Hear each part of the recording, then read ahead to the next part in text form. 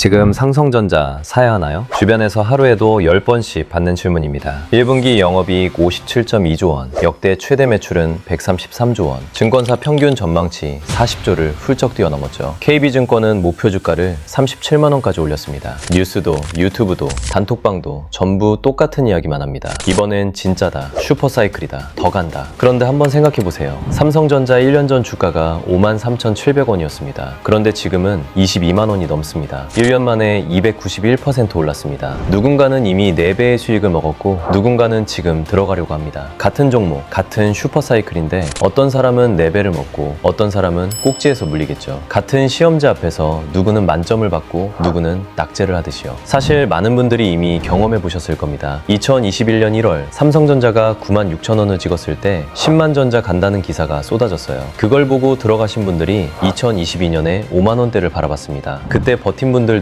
많으시죠? 손해는 아니게 빠져나오셨을 텐데 2년 넘게 묶여 계셨을 겁니다. 그 2년 동안 엔비디아는 10배가 올랐고요. 뭘 사느냐만큼 중요한 게 언제 얼마나 사느냐입니다. 오늘은 그 이야기를 해보겠습니다. 지금 이 가격에 삼성전자 신규 매수를 어떻게 접근해야 하는지, 이미 가지고 계신 분들은 어떻게 관리해야 하는지, 감이 아니라 구조로 판단하는 방법을 알려드리겠습니다. 안녕하세요. 매일 매크로 지표와 반도체 사이클 데이터를 들여다보고 매매일지를 기록하며 스레드와 텔레그램에서 시장을 읽고 있는 사망 주식입니다. 작년 4월 미국 주식과 암호화폐가 나란히 바닥을 찍었던 그 자리, 삼성전자도 5만 원대였습니다. 당시 저는 여기가 저점이라는 분석을 반도체 섹터 리포트에 담아 올렸죠. 감이 아닙니다. 메모리 재고 사이클 턴어라운드와 빅테크 케이펙스 가이던스, HBM 납품 스케줄, 이 세 가지가 동시에 같은 방향을 가리키고 있었어요. 진짜 실력이 드러나는 건 하락을 예측하는 순간이라고 생각합니다. 비트코인이 126K를 찍었을 때 고점 경고를 드렸고 금과 은 고점도 하루 전에 짚어드렸습니다. 모두가 불꽃놀이를 보고 있을 때 저는 하늘의 구름 색깔을 보고 있었습니다.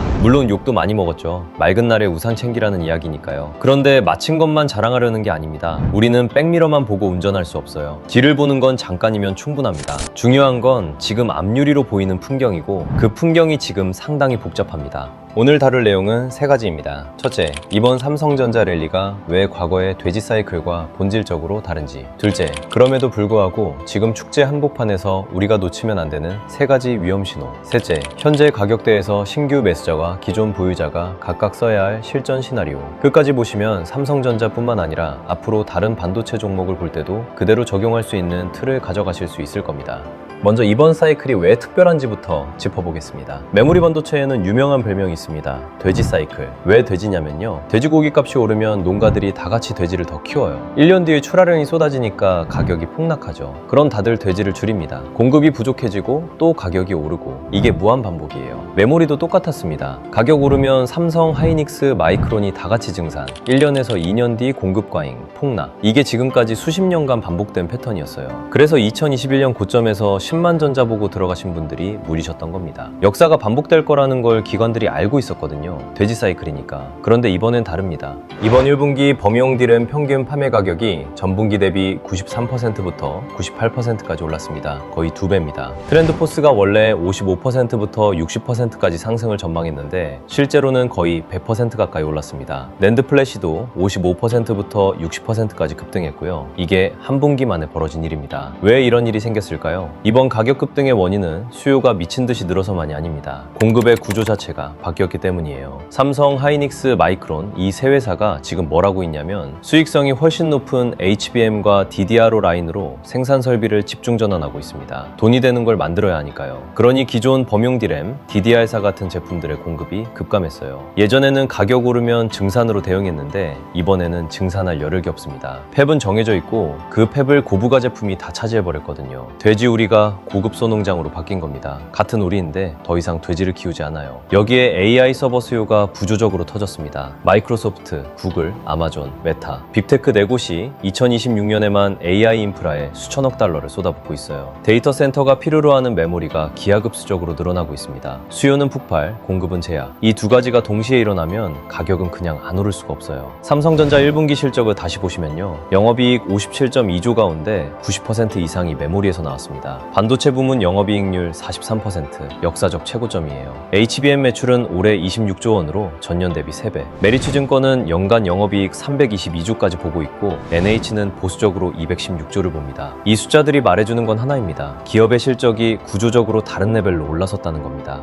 그럼 무조건 사면 되는 거 아니냐? 이렇게 단순하게 생각하시면 안 됩니다. 여기부터가 오늘 영상의 진짜 핵심입니다. 좋은 기업이라는 걸 아는 것과 지금 사는 게 유리한 타이밍인지는 완전히 다른 질문이거든요. 맛있는 식당이라는 걸 아는 것과 지금 줄 서서 2시간을 기다릴 가치가 있는지는 다른 판단이잖아요. 지금 시장에 가리고 있는 3가지 신호가 있습니다. 첫 번째, 이격도 문제입니다. 삼성전자 52주 범위가 53,700원부터 223,000원입니다. 1년 만에 4배 넘게 올랐어요. 1년 주가 변동률 279.8%, TSMC의 2배 수준입니다. 저번 영상에서 이평선을 고무줄에 비유했던 거 기억나시나요? 이평선이 손이고 주가가 고무줄 끝이라고요. 너무 위로 당겨지면 결국 다시 당겨 내려옵니다. 이게 평균 획이고 시장에서 가장 강력한 힘 중 하나입니다. 지금 삼성전자는 고무줄이 아주 많이 당겨진 상태예요. 물론 슈퍼사이클이 이를 정당화할 수 있습니다. 그런데 2017년부터 2018년까지 반도체 슈퍼사이클 때를 떠올려 보세요. 그때도 실적은 계속 좋았는데 주가는 먼저 반영된 뒤 30% 이상 조정을 받았습니다. 실적과 주가는 시간차가 있어요. 이걸 알아야 흔들리지 않습니다. 두 번째, 2027년 공급 과잉 리스크입니다. 글로벌 반도체 리서치 업체 카운터포인트가 최근 리포트에서 경고한 내용이 있어요. 메모리 3사가 지금 HBM사, HBM5 생산 확대를 위해 설비 투자를 미친 듯이 하고 있습니다. 이 투자들이 2027년부터 본격 가동되면 공급 물량이 큰 폭으로 증가할 수 있다는 거예요. 그럼 지금 같은 가격 폭등이 반대로 뒤집힐 수 있습니다.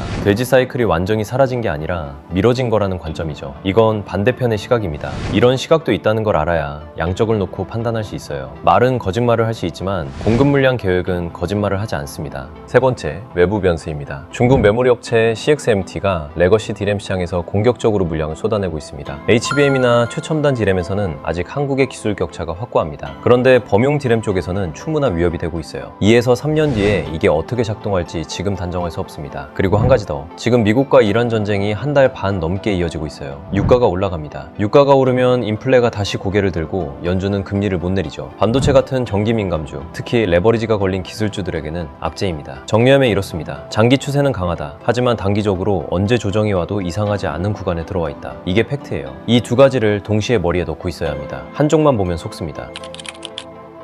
그럼 차트는 지금 삼성전자를 뭐라고 말하고 있을까요? 많은 분들이 차트 분석에 대해 오해하고 계신 게 있습니다. 차트는 후행지표라 쓸모없다. 한 번쯤 들어보셨죠? 반은 맞고 반은 틀렸습니다. 차트는 미래를 예측하는 도구가 아니에요. 하지만 확률적으로 유리한 구간을 찾아내는 데는 이만한 도구가 없습니다. 날씨 앱과 같아요. 내일 비가 올지 100% 확신할 순 없지만 우산을 챙길지 말지 판단하는 데는 충분히 유용하잖아요. 차트는 전 세계 투자자들의 매매 기록이 압축된 정보입니다. 이걸 쓰지 않는 건 오히려 손해예요. 자, 그럼 삼성전자 차트를 순서대로 뜯어보겠습니다. 첫 번째, 일봉부터 보시면 안 됩니다. 대부분의 개인 투자자들이 차트를 보고도 매번 틀리는 이유가 뭔지 아세요? 일봉부터 보기 때문입니다. 오늘 양봉이네, 음봉이네, 오늘 거래량이 어떠네. 이건 숲을 보지 않고 나무 한 그루의 잎사귀만 보는 것과 같아요. 잎사귀 색깔 좀 변했다고 계절이 무조건 가을인 건 아니잖아요. 매일 체중계에 올라가면 어제 뭘 먹었냐에 따라 숫자가 하루에도 왔다 갔다 합니다. 그 숫자 하나에 일희일비하면 진짜 추세는 놓쳐요. 한 달 평균으로 봐야 진짜 살이 찌는지 빠지는지 보이잖아요. 차트도 똑같습니다. 월봉부터 주봉, 일봉 순으로 내려와야 합니다. 이 순서만 지켜도 같은 차트에서 완전히 다른 결론이 나옵니다. 삼성전자 월봉을 한번 펼쳐보세요. 2021년 1월 96,000원 고점을 찍고 2년 넘게 박스권에 갇혀 있었어요. 그러다 2024년 하반기부터 이 긴 박스권을 거래량을 동반하며 뚫었습니다. 월봉 기준 장기 저항선을 꼬리가 아니라 몸통으로 완전히 돌파한 거예요. 이건 기술적으로 굉장히 무거운 사건입니다. 대세 상승의 초입 신호로 해석할 수 있어요. 월봉 차트만 봐도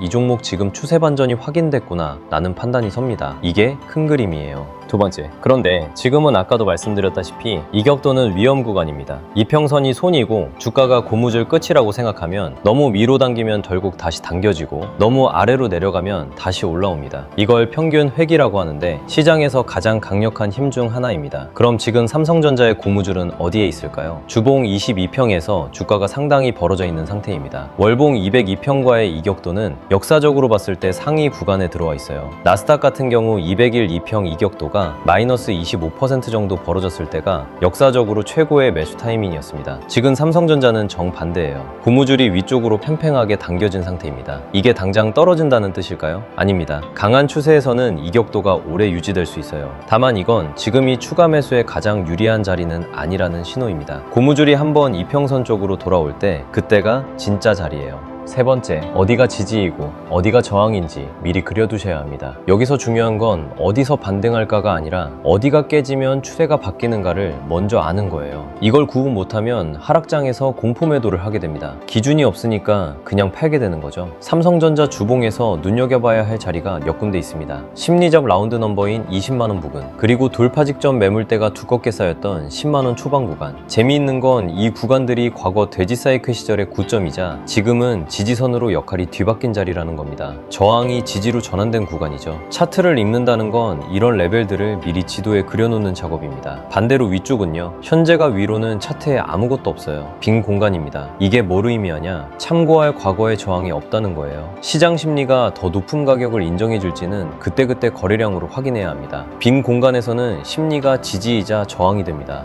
네 번째, 캔들과 거래량이 추세 전환을 먼저 알려줍니다. 파티 비유 기억나시죠? 아직 음악은 나오고 있지만 눈치 빠른 사람들은 하나둘 코트를 챙기기 시작한다고요. 차트에도 그 신호가 분명히 있어요. 월봉이나 주봉에서 이런 그림이 나오면 경계해야 합니다. 윗꼬리가 몸통보다 긴 핀바, 한번 크게 사는 힘이 올라왔는데 그보다 더 강한 매도세가 받아낸 흔적입니다. 그리고 고점 부근에서 신고가는 경신하는데 거래량은 줄어드는 패턴, 이걸 다이버전스라고 하는데요. 참여할 사람이 다 참여했다는 신호예요. 마지막 매수자까지 다 들어왔다는 거죠. 반대로 좋은 신호도 있습니다. 조정이 왔는데 주봉 22평을 한번 터치하고 긴 아랫꼬리를 달면서 반등하는 그림. 고무줄이 당겨졌다 다시 원위치로 돌아온 겁니다. 여기가 진짜 추가 매수 자리예요. 아무 때나 매주 수요일에 사는 게 아닙니다. 차트가 자리를 알려줄 때 사는 거예요. 다섯 번째, 골든크로스, 데드크로스 통념은 뒤집어서 보세요. 많은 분들이 골든크로스 나오면 사고 데드크로스 나오면 판다고 알고 계십니다. 그런데 이 신호는 이미 많이 움직인 후에 나오는 늦은 신호예요. 저점에서 이미 20%에서 30% 오른 다음에 이제 좋아졌어요 하고 알려주고, 고점에서 20%에서 30% 빠진 다음에 이제 나빠졌어요 하고 알려줍니다. 모두가 아는 신호가 나왔을 때는 이미 좋은 자리는 지나간 경우가 많아요. 역으로 세력들이 이걸 속임수 도구로 쓰기도 하고요. 그럼 쓸모가 없을까요? 아닙니다. 쓰는 방향이 정반대입니다. 데드크로스가 막 형성됐을 땐 이미 많이 빠진 상태, 공포가 극에 달한 구간이에요. 역설적으로 이 시점이 분할 매수를 시작하기 좋은 구간과 겹칩니다. 반면 골든크로스가 막 형성됐을 땐 이미 많이 오른 상태, 추격 매수를 조심해야 할 타이밍이죠. 통용되는 방향과 정반대로 써야 진짜 신호가 됩니다. 자, 이렇게 5가지를 정리해서 지금 삼성전자 차트를 한 문장으로 말씀드리면 이렇습니다. 장기 추세는 확실히 살아있지만 단기적으로는 고무줄이 팽팽하게 당겨진 상태. 그러니 월봉의 추세를 믿고 장기뷰는 유지하되 단기 매수는 반드시 이평선 눌림과 지지 레벨이 겹치는 자리를 기다리는 게 확률적으로 유리합니다. 지금 이 가격에 풀매수하는 건 월봉 추세를 믿고 산다기보다 일봉의 흥분을 따라가는 것에 가까워요. 이 차이를 아셔야 됩니다.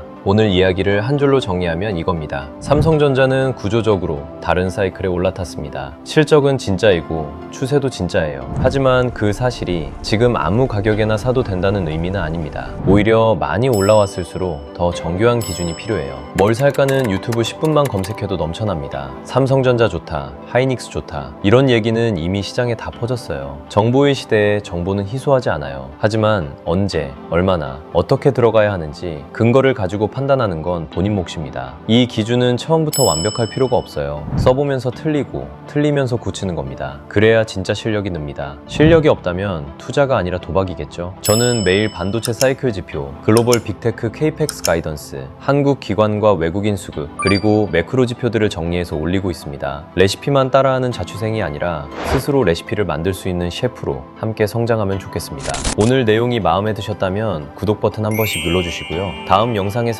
삼성전자 다음으로 주목해야 할 반도체 섹터, 내부의 두 번째 티어 종목들을 어떻게 판단할지, 개별주에서 알파를 찾는 구체적인 방법론을 다뤄보겠습니다. 알림 설정도 해두시면 놓치지 않으실 거예요. 여러분의 투자가 감이 아닌 구조 위에 세워지는 날까지 함께 해보겠습니다. 항상 응원해주시는 기존 구독자분들께 감사 인사를 전하며 오늘은 이만 마치겠습니다.